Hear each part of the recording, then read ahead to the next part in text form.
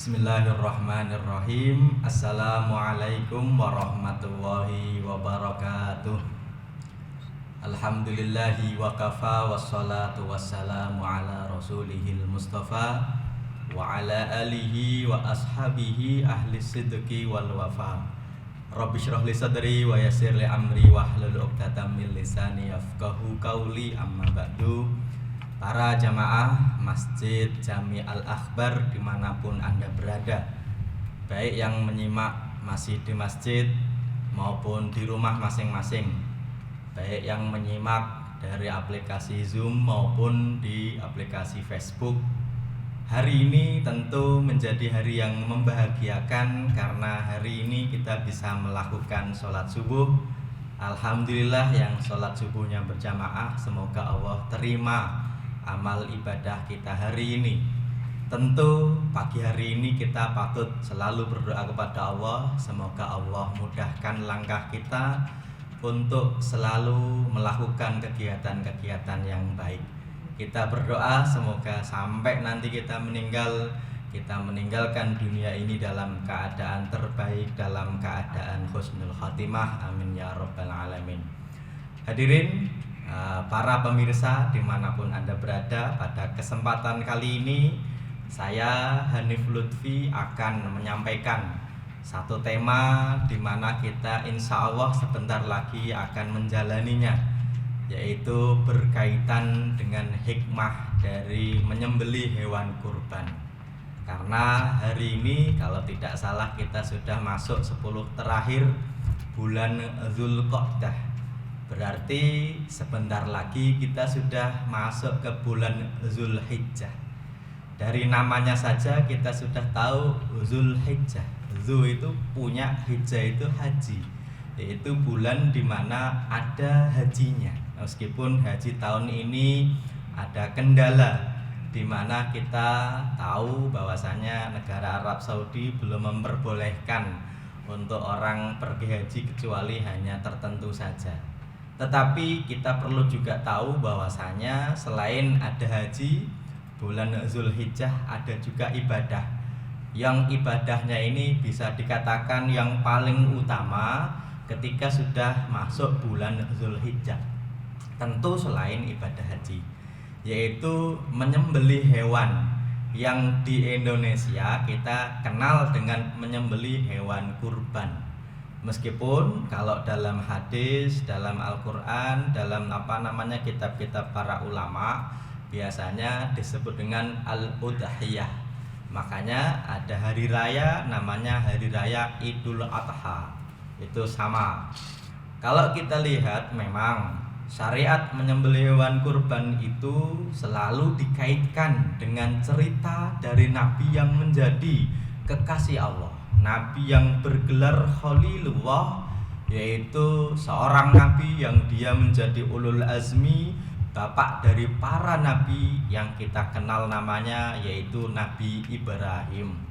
Nabi Ibrahim ini menjadi bapaknya para Nabi dan bapaknya para Nabi yang ada, dan menjadi Nabi dari agama-agama samawi. Kalau umat Islam nyebutnya dengan Ibrahim, tapi beberapa umat selain Islam, baik ahli kitab dari Nasrani maupun Yahudi, mereka juga mengakui adanya Nabi Ibrahim, meskipun namanya biasanya dipanggil dengan Abraham. Kita tahu hari raya Idul Adha yang kita peringati, di mana di situ ada menyembelih hewan kurban. Ini kita mengingat kembali tentang pengorbanan yang dikeluarkan oleh Nabi Ibrahim alaihissalam. Pengorbanan ini ternyata sesuatu yang menjadi pelajaran sampai hari ini. Kita tahu Nabi Ibrahim meskipun bergelar Khalilullah, kekasih Allah, ternyata kehidupannya nggak mulus-mulus amat. Maksudnya begini, orang itu kalau dianggap kekasih, ya kan kamu kekasihku, harusnya kalau minta sesuatu kan dikasih. Namanya aja kekasih. Ada seorang istri dicintai suaminya, seorang istri bilang, "Mas, nanti kalau pulang tolong bawain martabak manis ya." Karena dicintai, pulang pasti bawa. Bahkan kalau bisa, kalau misalnya nih ya, seorang kekasih baru pengen aja, belum sempat bicara itu sudah dikasih. Oke. Tetapi Khalilullah Nabi Ibrahim itu bukan berarti kalau beliau itu bergelar kekasih Allah berarti semua yang beliau minta itu dikasih. Ini yang patut kita sadari, biar kehidupan kita itu tidak selalu melulu kalau dicintai Allah berarti semuanya mudah. Enggak selalu. Yang bergelar kekasih Allah saja kita bisa bayangkan Nabi Ibrahim itu sejak awal-awal beliau itu sudah banyak cobaannya. Cobaan pertama pasti beliau berdakwah kepada ayahnya sendiri, ternyata ayahnya tidak mau mengikuti. Kemudian beliau termasuk juga nabi yang dibakar oleh Raja Namrud. Kemudian beliau juga pernah istrinya mau diminta oleh seorang raja. Istri pertama beliau namanya Siti Sarah ya, meskipun kata Siti ini kalau kita teliti memang tidak ada nama Siti di dalam namanya Sarah. Ini hanya istilah orang kita yang menyebut Siti itu sebenarnya dari kata-kata Sayyidati atau tuanku. Namanya Sarah, beliau menikah, ternyata yang namanya kekasih Allah menikah lama belum dikasih keturunan. Sampai istrinya itu tahu kalau Nabi Ibrahim pengen banget punya keturunan. Salah seorang pembantu dari Sarah yang namanya Hajar itu oleh Sarah dibilang, kalau kamu mau nikah lagi nih sama Hajar saja. Dan ternyata benar, Nabi Ibrahim itu punya anak pertama malah dari istri yang kedua yaitu Siti Hajar, yang mana punya anak itu di usia 86 tahun. Kita bisa bayangkan 86 tahun kok baru punya anak, itu sudah usia yang sangat-sangat renta. Tetapi ini bukan sebuah ujian yang selesai. Ketika punya anak yang pertama, yaitu yang kita kenal dengan nama Nabi Ismail alaihi salam, ternyata ketika punya anak pertama itu ada perintah untuk membawa istri dan anak yang baru lahir itu menuju ke tempat yang jauh sekali, yang hari ini kita kenal dengan Makkah, yang dulu namanya Bakkah, biwatin ghairi dzar'in inda baitikal muharram. Padahal rumah Nabi Ibrahim itu aslinya itu ya di Masjidil Aqsa, sampai situ yang dulu namanya, kalau dulu ya itu namanya Syam. Syam itu 4 negara, salah satunya adalah Palestina, yang hari ini ada Masjidil Aqsa. Itu perjalanannya dari Masjidil Aqsa ke Mekah tentu perjalanan yang jauh. Padahal istrinya baru melahirkan, masih anak kecil, masih jabang bayi ya, atau masih bayi merah, dibawa ke tempat yang jauh yang tidak ada orang di situ.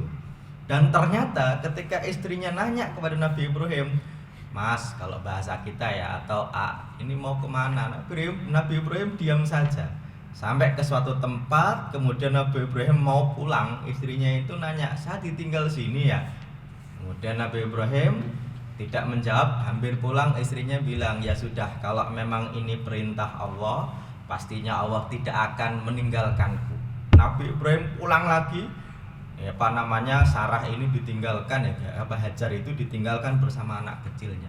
Yang mana ini ujian yang sangat-sangat berat, baru punya anak, yang mana sudah ditunggu lama, kok ternyata suruh meninggalkan. Dan ternyata ujian dari Hajar itu juga tidak biasa. Sampai anaknya nangis kejar ini nyari minum, ternyata nggak ada.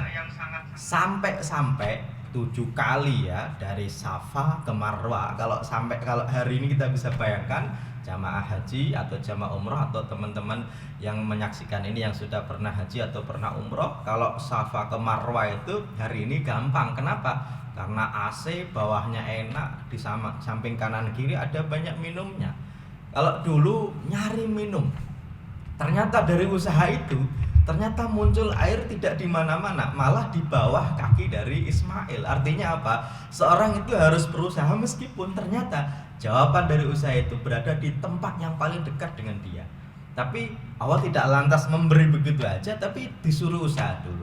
Makanya apa yang menjadi pengalaman dari keluarga Nabi Ibrahim itu menjadi ibadah yang kita bisa kenang sampai hari ini. Salah satunya adalah sa'i dari Safa ke Marwah, itu menjadi kenangan dari Sayyidatuna Hajar ketika mencari air, yang airnya hari ini masih kita bisa minum, yang kita sering sebut dengan air Zam-Zam.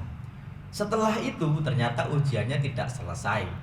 Nabi Ibrahim datang lagi untuk menjenguk anaknya. Anaknya kebetulan sudah agak gede, meskipun masih anak-anak tapi sudah agak lumayan tahu gitu.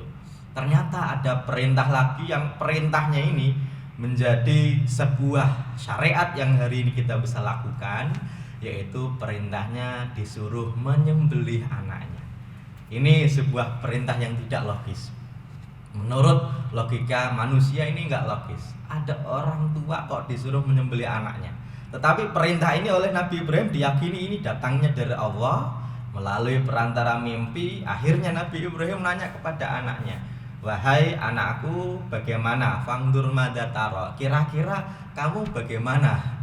Ternyata anaknya karena memang calon nabi juga, bapaknya juga orang soleh, dia bilang, "Ya udah, lakukan saja kalau memang ini perintah dari Tuhan."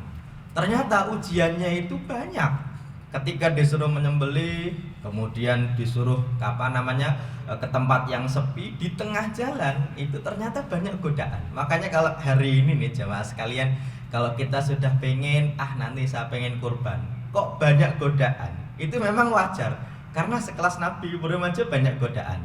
Kalau kita lagi tahun ini mau kurban, ternyata ada omongan, ya kan lagi masa begini ya, nanti gimana ya. Padahal tabungan di rekening bisa jadi masih miliaran.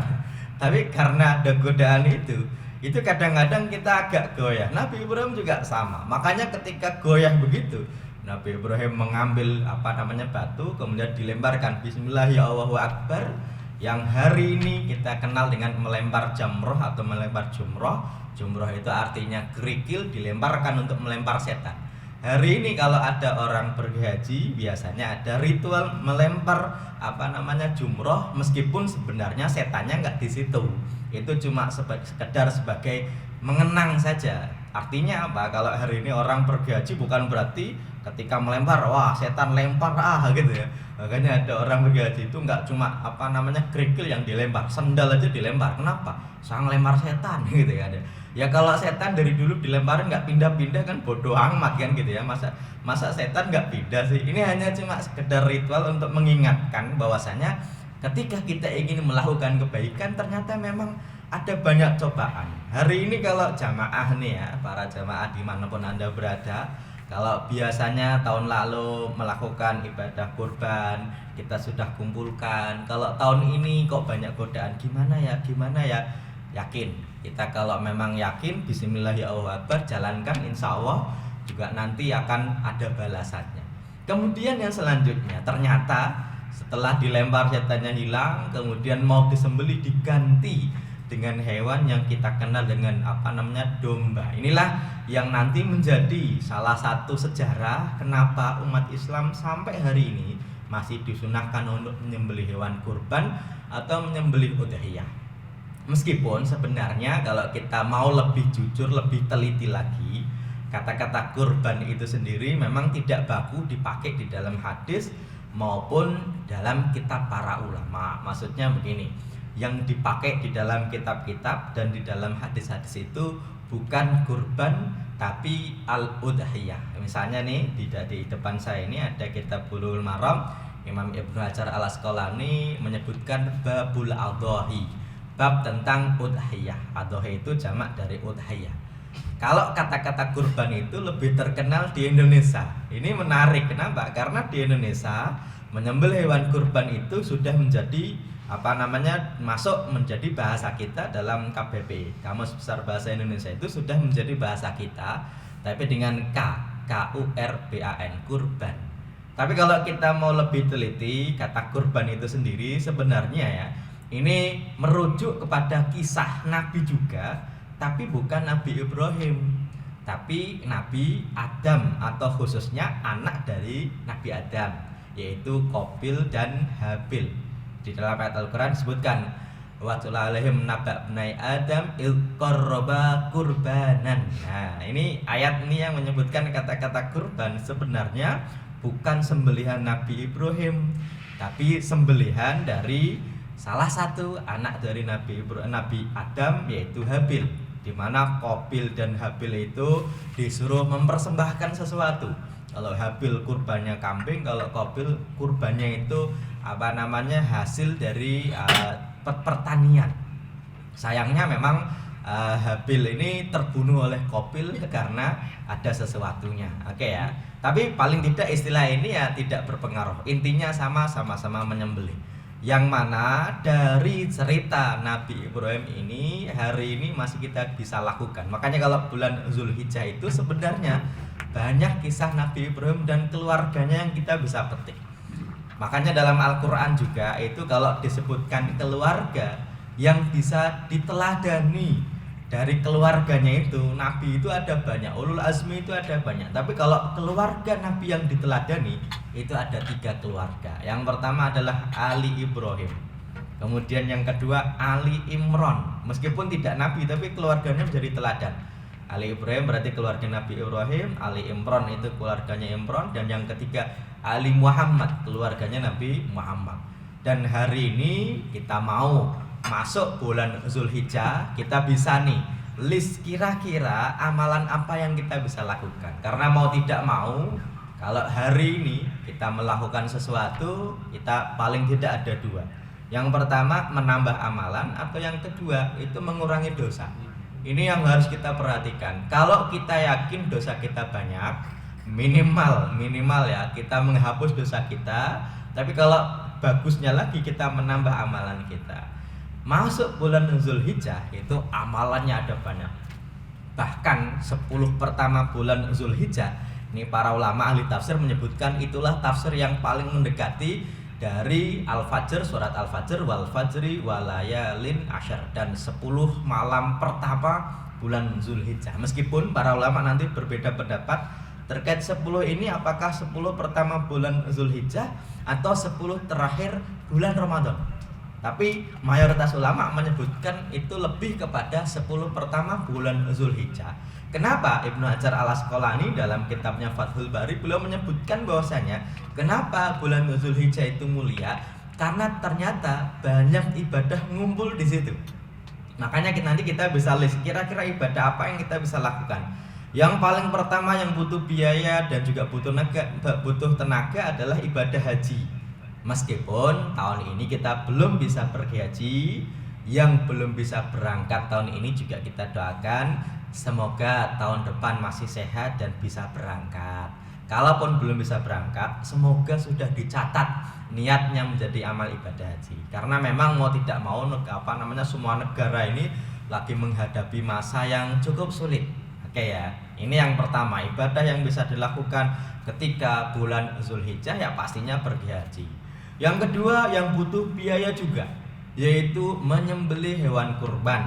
Nabi menyebutkan ala kulli ahli baitin, sepatutnya selayaknya setiap rumah fi kulli sanatin, setiap tahun itu udhiyah melakukan penyembelihan hewan kurban. Ini menjadi sebuah kemudahan dari Nabi. Nggak harus per orang kok, minimal satu rumah setahun sekali. Oke ya, kita bisa bayangkan harga hewan kurban itu mulai dari zaman Nabi sampai zaman sekarang itu sama loh. Loh kok bisa? Begini, hari ini kambing itu harganya 2 juta sampai 3 juta. Di zaman Nabi kambing juga sama harganya segitu. Masa sih? Kita bisa bayangkan, kita bisa pastikan dulu Nabi itu pernah menyuruh salah seorang sahabat Nabi namanya Urwah al-Bariki dikasih 1 dinar untuk membeli 1 ekor kambing. Berarti di zaman itu harga kambing sekitar 1 dinar atau setengah dinar. 1 dinar atau setengah dinar tergantung besar kecilnya, tergantung nawarnya. Terus hari ini 1 dinar berapa? 1 dinar itu ukuran yang kalau dikonversi sekitar 4,25 gram emas. Emasnya emas murni kadang-kadang 22 karat. Terus berapa juta? Kalau kita hari ini lihat nih kurs emas nih ya semakin naik ya, paling tidak 900.000 saja. Bahkan kadang-kadang hampir 1 juta, atau sekarang 800.000 sekian. 8 kali 4 itu sudah 8 kali 4 itu kan 32 jutaan atau 35 jutaan atau 3 jutaan. Berarti kalau 1 dinar hari ini harganya 3 juta, itu sudah dapat 1 ekor kambing yang mana harganya sejak zaman Nabi sampai zaman sekarang itu sama saja.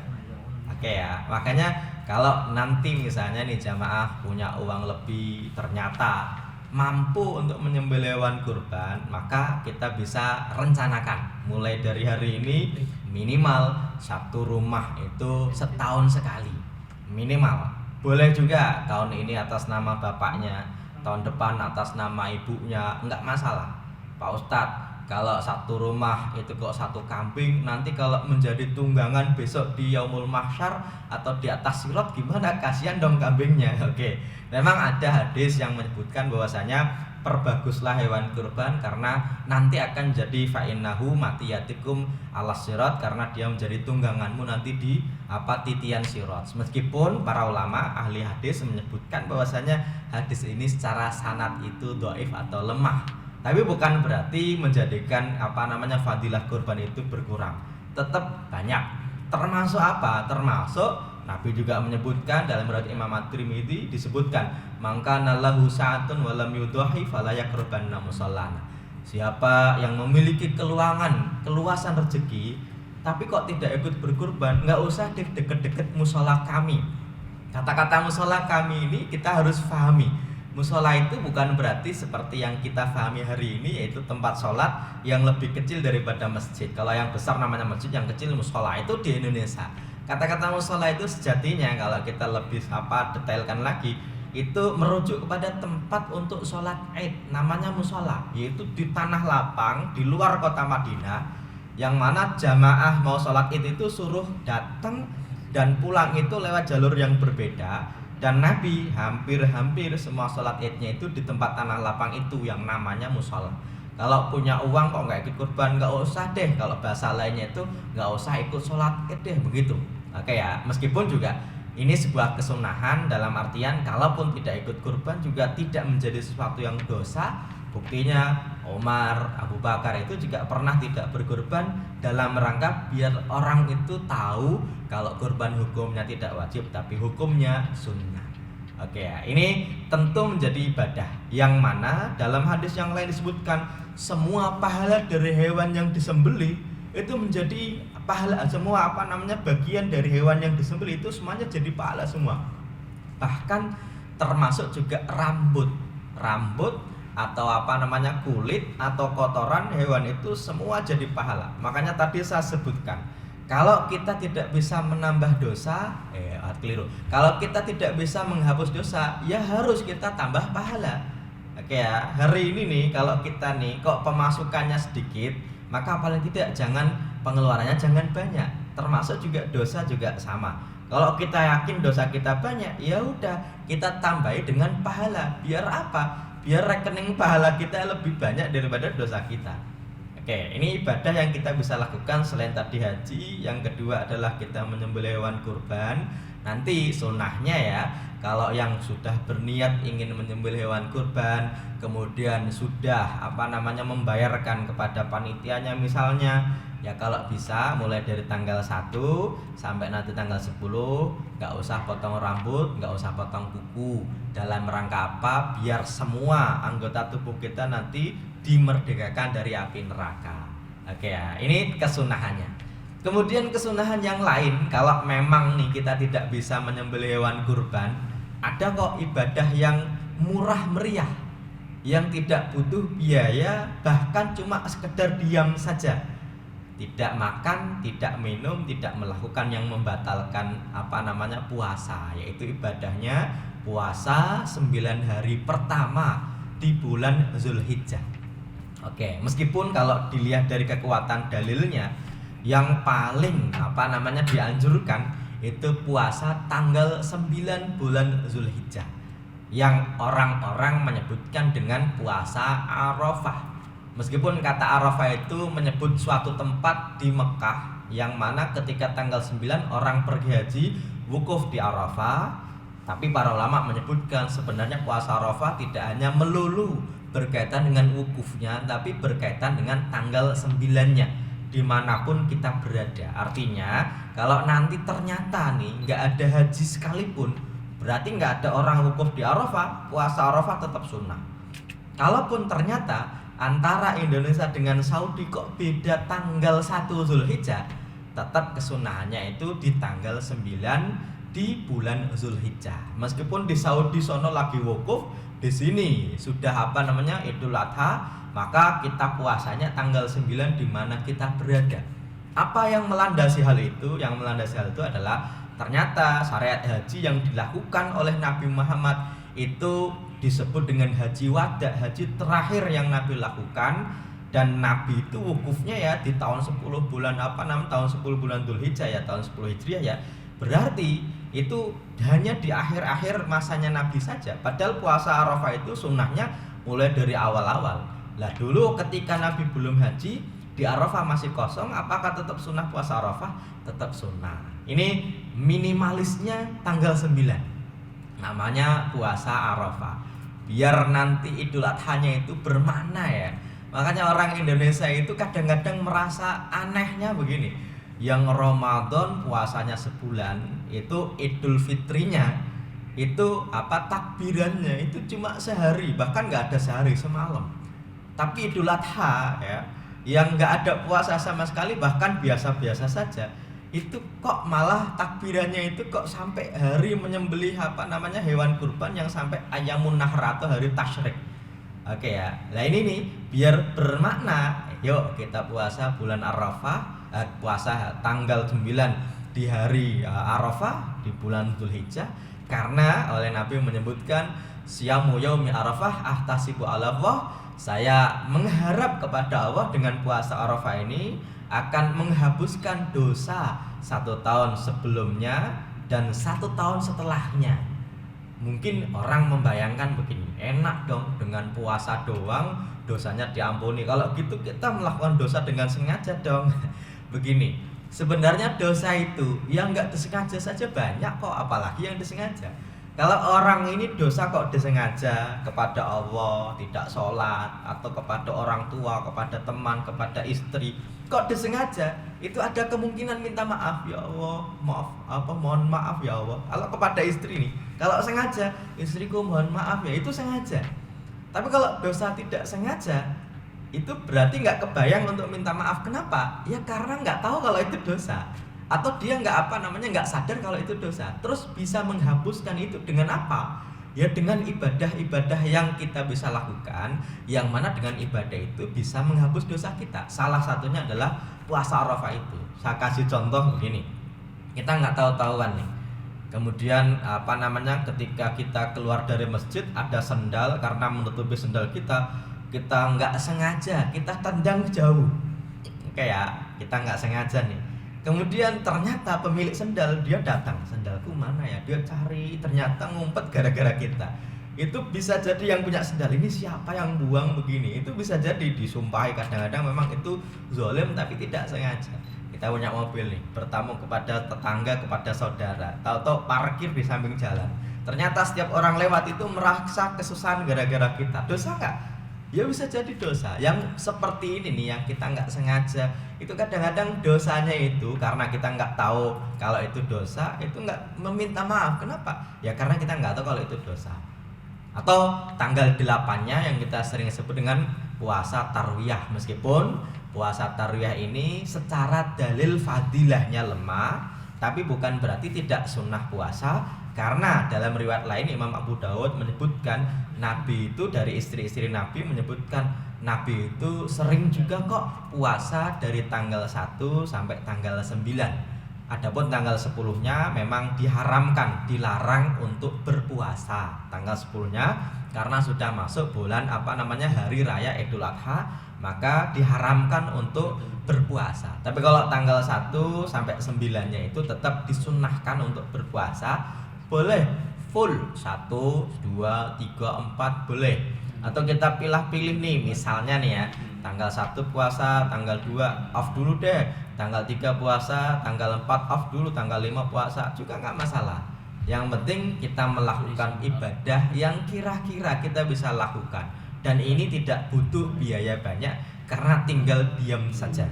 Tapi kalau ditanya amalan apa yang paling utama ketika sudah masuk bulan Dzulhijjah, ya pasti tidak ada yang lebih utama kecuali menyembelih hewan kurban. Meskipun menyembelih hewan kurban itu ibadahnya itu tidak hanya cuma membagikan daging saja. Ini yang kita harus pahami. Yang disebut ibadah kurban itu sejatinya adalah mengalirkan darahnya, atau bahasa Arabnya itu ihraqud dam. Jadi kalau ada orang yang menyebutkan ya kan kita bisa sedekah yang lainnya, ini kan juga bentuk sedekah, itu bisa benar bisa keliru. Misalnya begini, hari ini nih kan orang lebih butuh kepada uang daripada daging, maka lebih bagus kita sedekah uang daripada sedekah daging. Itu bisa benar bisa keliru. Kenapa? Benar sih, orang butuh uang itu benar, tapi kalau dari sisi ibadah, sebenarnya ibadah hewan kurban itu tidak hanya cuma membagikan dagingnya, tapi mengalirkan darahnya. Makanya kalau mengalirkan darah, kalau dengan uang ya nggak ngalir, oke ya. Tapi kalau dengan daging ya berarti darahnya mengalir. Meskipun dagingnya nanti buat apa silahkan. Meskipun penyembelihannya di hari boleh menyembelih, dan pembagiannya meskipun tidak di hari ketika menyembelih juga nggak apa-apa. Karena di Indonesia itu memang ya, kalau kita perhatikan memang kalau bisa hari itu selesai. Makanya ketika pas tanggal 10 itu kadang-kadang uniknya begini, ada masjid karena sapinya banyak, kambingnya banyak, itu disembelih harus selesai hari itu juga. Karena kalau tidak selesai seolah-olah ini kurang afdol karena tidak tanggal 10. Enggak. Ini kadang-kadang karena harus selesai sholat zuhurnya saja itu diwakili oleh beberapa orang, padahal nyembelihnya di samping masjid. Yang lain masih motongin daging, masih kalau disuruh sholat yuk, bajunya masih kotor. Oke ya, ini menarik. Sholatnya nanti tapi motongin hewannya iya. Kadang-kadang juga sampai nanti pembagiannya, kan hari ini nih kadang-kadang agak susah kan di pembagian. Kalau biasanya kita sebar kupon, orang datang, ini kan agak susah. Terus gimana dong? Santai saja, santainya begini. Waktu menyembelih hewan kurban tidak hanya cuma tanggal 10. Tanggal 10 boleh, 11, 12, 13 juga aman-aman saja. Ini menyembelihnya. Artinya kalau nanti jamaah nih, kalau ternyata tanggal 10 atau hari ini nyari hewan kurban kok mahal-mahal, ya udah. Bisa juga dengan begini, tanggal 10 nggak usah nyembelih deh, 11 nggak usah, tanggal 12 nyari di pasar nih, kira-kira gimana? Karena kadang-kadang nih tanggal 11, tanggal 12 karena sudah hampir waktunya habis, itu kadang-kadang memang turun harga. Boleh kita beli, kita sembelih boleh. Meskipun pembagiannya nggak harus di tanggal-tanggal itu. Kenapa? Ya karena ibadahnya itu tidak hanya cuma membagikan dagingnya, tapi ibadahnya itu adalah menyembelih hewannya. Dan di Arab Saudi, khususnya di Mekah Al-Mukarramah, itu ketika tanggal 10 itu sudah banyak menyembelih. Karena sembelihannya ada macam-macam. Kalau di Saudi ya, di Mekah ya, menyembelihnya itu ada menyembelih hewan kurban, ada al-hadyu, dan juga ada yang bayar dam. Dan mereka sama-sama menyembelih dan ibadahnya menyembelihnya. Terus baginya kapan? Ya nanti-nanti nggak masalah. Bahkan sekarang juga boleh kok dibagikan, tidak dengan daging misalnya, dengan kornet misalnya, atau dikasih kaleng misalnya, nggak masalah. Oke ya, makanya sebenarnya kalau masalah menyembelih itu nggak masalah. Kalaupun beda dengan tahun-tahun yang lalu nggak masalah. Yang penting ibadahnya menyembelihnya. Bisa juga menyembelihnya sendiri kalau mau, atau menyembelihnya di rumah juga boleh. Dan ini juga dulu dipraktekkan oleh Nabi. Nabi itu menyembelih 2 ekor kambing dengan tangannya sendiri. Kemudian beliau wasamma wa kabar, Nabi membaca bismillah dan juga melafadzkan takbir. Dan Nabi menyebutkan, ini yang satu buatku, yang satu buat keluargaku, dan juga buat umatku yang belum bisa menyembelih hewan kurban. Makanya para ulama juga menyebutkan kesunahannya itu adalah menyembelih sendiri. Tapi kalau di Jakarta, di tempat-tempat yang agak-agak susah, maka boleh dititipkan kepada orang lain. Meskipun menitipkannya ini tidak seperti amil zakat, beda. Meskipun kadang-kadang di masjid itu antara amil dan panitia kurban itu sama. Menitipkan itu meminta kepada orang untuk menyembelihkan. Nabi juga pernah mempraktekannya. Ini riwayat dari Ali bin Abu Thalib. Nabi memerintahku, amaroni an aku ma'ala budnihi, untuk menyembelih hewan kurbannya, yaitu berupa onta. Kemudian Nabi meminta Ali untuk membagikan semua bagian hewan kurban, tidak boleh dijual, kemudian tidak boleh memberi upah kepada tukang jagalnya dari dagingnya itu. Tapi kalau diberi hadiah ya nggak masalah. Maka ini yang insya Allah ya para jamaah sekalian, kalau bisa saya urutkan, bulan Dzulhijjah itu bulan mulia karena masuk bulan haram yang jumlahnya ada 4. Dzulqa'dah, Dzulhijjah, kemudian Muharram, dan yang satunya Rajab. Jangan sampai kita kehilangan momentum, karena kita nggak tahu tahun depan kita bisa masih seperti hari ini atau tidak, masih hidup atau tidak. Paling tidak kita bisa proyeksikan ibadahnya. Minimal kalau kita bisa urutkan, yang paling tinggi itu haji, karena nggak bisa, mau nggak mau berarti kita turunkan, yaitu kita menyembelih hewan kurban. Tapi kalau ternyata nggak bisa juga, maka paling tidak kita nanti ikut puasa tanggal 1 sampai tanggal 9. Kalau nggak bisa ya 8, 9. Kalau nggak bisa cukup 9 saja. Adapun sholat id hukumnya sunnah. Kalau nanti ternyata pemerintah, para ulama memperbolehkan, kita lakukan, tetap melakukan dengan standar protokol kesehatan. Jangan lupa bahwasanya pandemi ini belum berakhir. Bahkan kalau kita melihat kurvanya selalu naik, maka kita jaga diri kita, jaga keluarga, karena menjaga diri, menjaga keluarga sebuah kewajiban. Adapun menjalankan sunnah, kalau memang tidak bahaya silahkan, kalau bahaya mending kita hindari kerumunan. Oke, mungkin itu yang bisa saya sampaikan, karena waktu juga yang memisahkan kita. Ini pakai Zoom dan maksimalnya 40 menit. Kurang lebihnya saya mohon maaf. Saya undur diri. Semoga kita termasuk orang yang mendapatkan kebaikan dan mengamalkan kebaikan itu. Aku qouli hadza wa astaghfirullaha li wa lakum fastaghfiru innahu wal ghafurur rahim. Saya akhiri, saya Hanif Lutfi. Assalamualaikum warahmatullahi wabarakatuh.